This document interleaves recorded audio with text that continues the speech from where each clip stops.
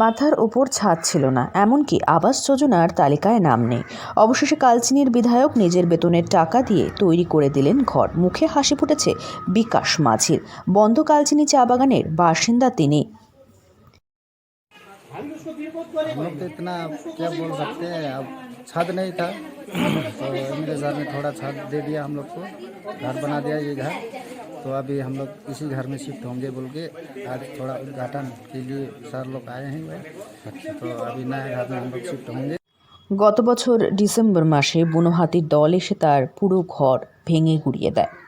তারপর থেকে মাথার উপর তাদের ছাদ ছিল না, এমনকি আবাস যোজনার তালিকায় নাম নেই। কালচিনির বিধায়ক বিশাল লামা এই পরিবারের পাশে দাঁড়ান এবং নিজের বেতনের টাকা দিয়ে তাদের জন্য পাকা ঘর তৈরি করে দেন। ইতিমধ্যে সেই ঘরে আনুষ্ঠানিকভাবে গৃহপ্রবেশ করেছেন বিকাশ মাঝিরা। এতদিন পর মাথার ওপর থাকার ছাদ পেয়ে খুশি বিকাশ মাঝি ও তার পরিবারের সদস্যরা।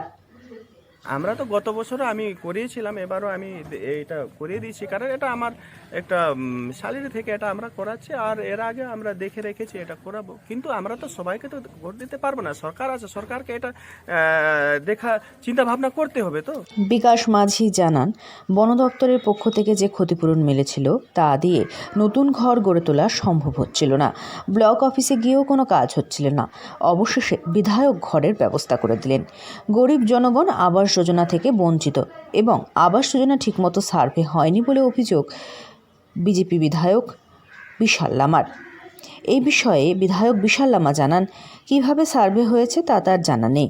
গরিব জনগণের নাম নেই সার্ভে তালিকায়। বহু গরিব জনগণ যাদের মাথার ওপর ছাদ নেই তারা আবাস যোজনা থেকে বঞ্চিত, কিন্তু তার বিধানসভা এলাকার মানুষের সমস্যা তাকেই দেখতে হচ্ছে। তাই তিনি এই দরিদ্র পরিবারের পাশে এসে দাঁড়িয়েছেন এবং তাদের থাকার ঘরের ব্যবস্থা করে দিয়েছেন। আলিপুরদুয়ার থেকে অনন্যাদের রিপোর্ট, লোকাল 18 বাংলা।